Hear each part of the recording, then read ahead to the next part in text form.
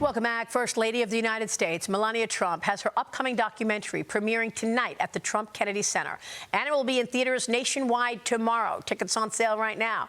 I sat down with the First Lady yesterday at Trump Tower in New York City to talk about the film and her time at the White House. Watch. So happy to be talking with our First Lady right now. Melania, thanks very much for sitting down with us. Thank you. Congratulations on this film. What did you want to communicate to the public through this film? Well, as everyone knows, I'm a very private and selective person. I want to show the people my 20 days in my life, all the planning for inauguration, my business, my family, my philanthropy, everything what I need to do from private citizen to the First Lady. So you directed the creative, right? I mean, did it do that? Do you feel that it tells everyone about those 20 days and all of those things, your business, your family, your background, philanthropy? Yes, of course, because the cameras were there from morning till night, 20 busy days, and they captured a lot. And all of it, really. They followed me, and I was the lead producer on it, and also after post-production in the studio, so I was very involved with it.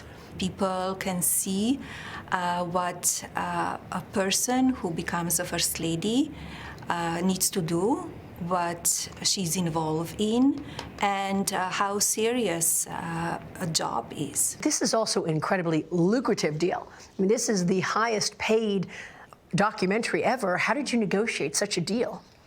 When I had an idea, I approached my agent, and he went out and bid to many streamers, and Amazon was the best one, because what I wanted to do is to put the product, the film, into the theaters. Very cinematic product that will be available now in 2 days? Yeah, 2 days. People will see it, will see fashion, they will listen incredible music that I picked for every scene. I wanted to set up a mood, and also I got the special score for that movie, my original score, that it's called Melania's Waltz. Wow, and where does that original score come from? It's specially made for the movie.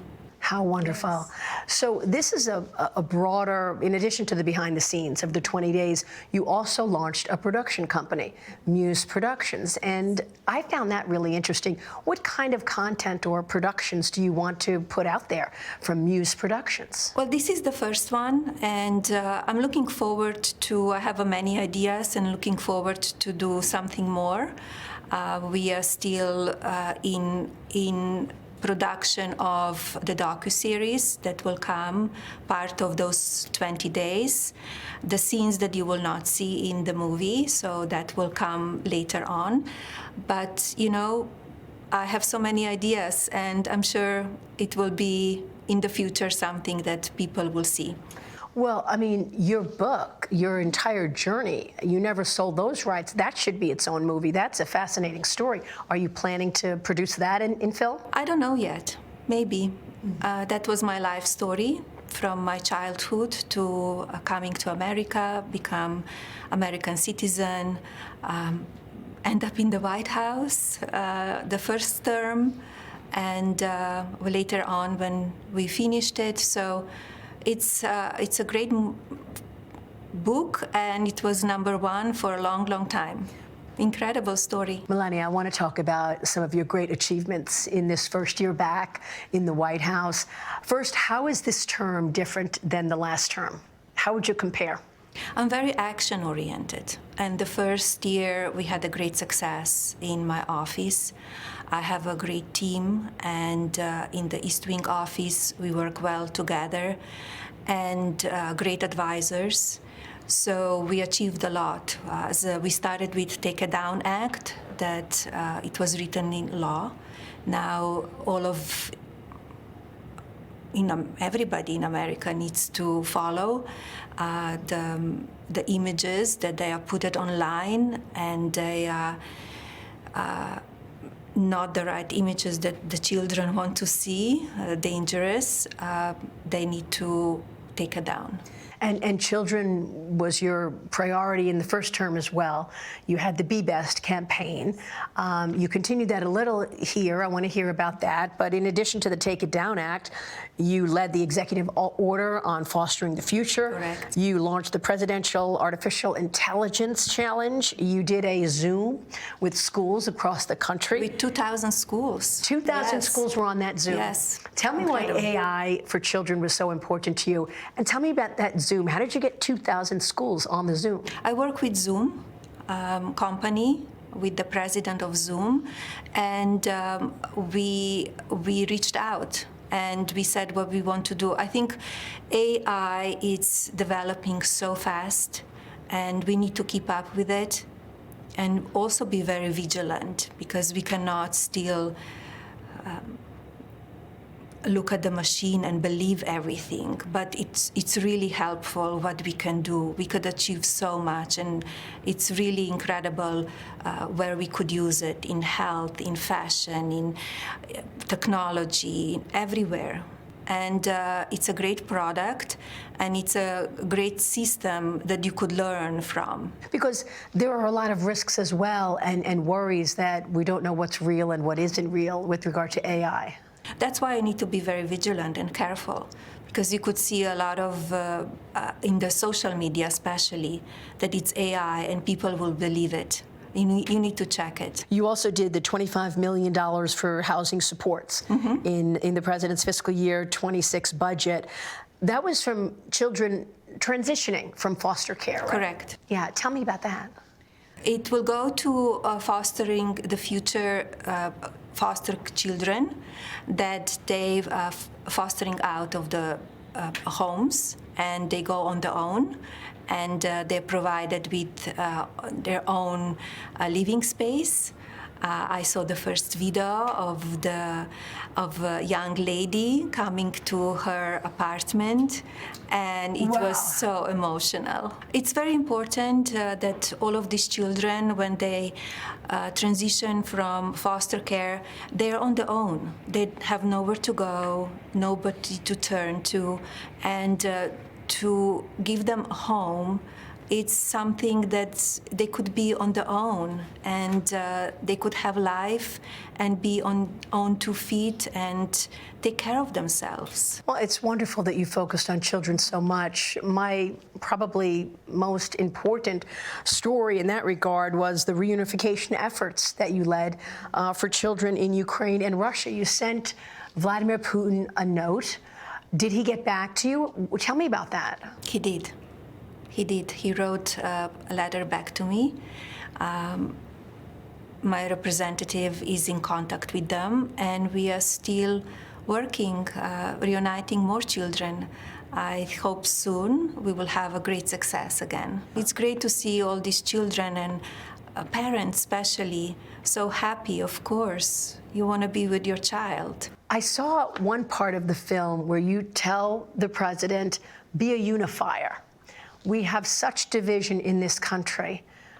What do you want him to do in terms of be a unifier? How can he unite the country? You've been able to, because you've got fans on both sides of the aisle. You're one of the most popular people in the entire administration. So what should the president learn from you? Well, I give him my advice, and we talk about that, and we could see that the country is divided. And it's very hard, no matter what he says. They don't like to listen. And, what's going on in our country now, I feel that it's a lot of pushback. And I hope it stops. I think he's doing a fantastic job. He had a great success. And he's unifier. He's positive thinking, forward thinking.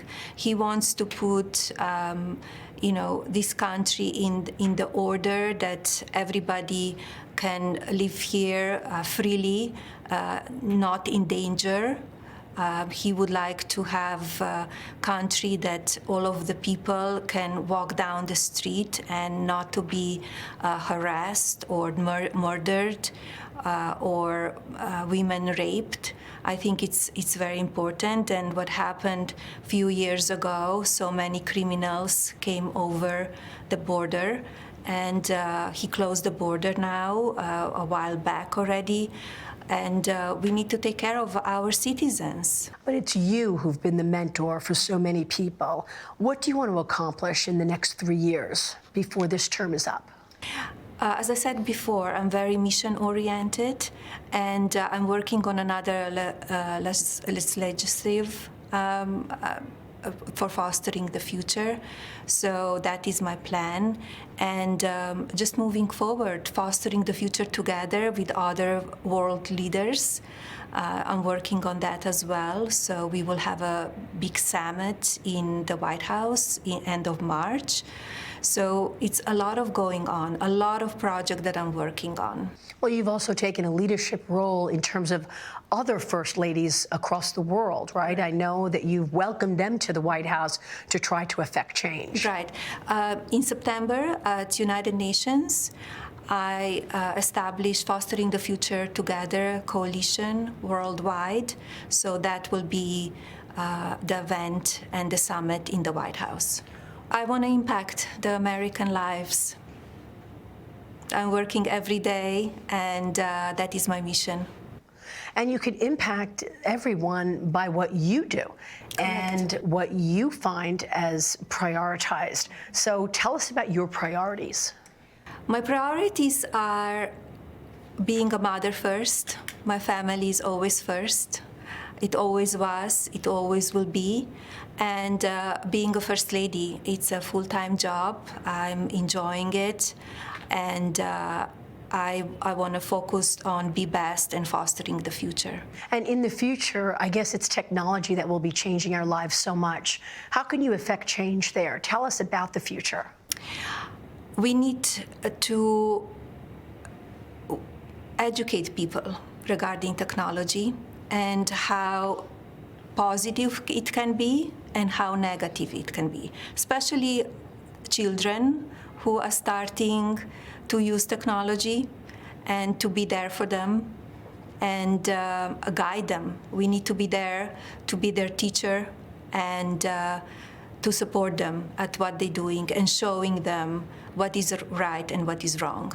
So what does that mean on a practical level? Do you think that we need more schooling in terms of teaching in AI and tech? Correct. Yeah. We need to have more teachers that they know how to teach children and how to use AI and moving forward with technology. I have a few quotes of yours, and you say, "I don't need to be loud to be effective. I believe in grace under pressure." Tell me more. I feel sometimes that loud, it doesn't mean that you accomplish a lot. It's important what you have to say. And sometimes when you true to yourself and listen yourself and speak when it's important, not performing for the cameras, I think that's the best work. How does it feel being First Lady for the second time around? It's quite extraordinary. It is. It's incredible. Yeah, it feels fantastic. It's very different because you already know how the politics work and what you can accomplish. But this time it's very different than the first time. We have much more support.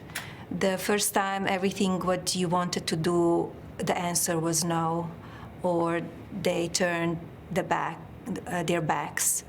But this time, it's much more support. And you've also managed your family, raising Baron, and you've got your father. Tell us about that, the challenge of being the First Lady of the greatest country in the world. Everyone's pulling at you, but you also have your priority of your family. It's very important. You need to be there for a child nonstop, especially when they need you, especially at that age that Baron is. He's incredible young man. We are very proud of him. Second year in Stern School of Business, and he loves it. And you know, this time it's very different because he's 19 years old. And first time he was 10 years old. He understands politics. He gives advice to his father. We talk about it, so very different. And you're a businesswoman. You just did an incredible deal with Amazon. I remember when you were very focused on the collectibles. Where does that stand? Are you still in business in terms of things like that? Yeah, it's still there. Collectibles are still there for fans who wants to buy it. MelaniaTrump.com is still there. And I started that when I was outside of the White House, and now it's still continuing, and other people are helping me with that, so I don't spend too much time on it, so I could focus on the work as a First Lady. So when you look ahead, where specifically do you want to make sure that you've made a mark? With those kind of things, like making children and young adults independent, helping them achieve their own dreams, because when you help them, they will one day be in the workforce. They will help their own communities. They will have families and be on their own and taking care of themselves. Melania, thank you. And thank you for your leadership. Thank you.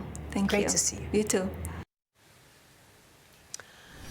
And our special thanks to the First Lady, Melania Trump. Stay with us. We'll be right back.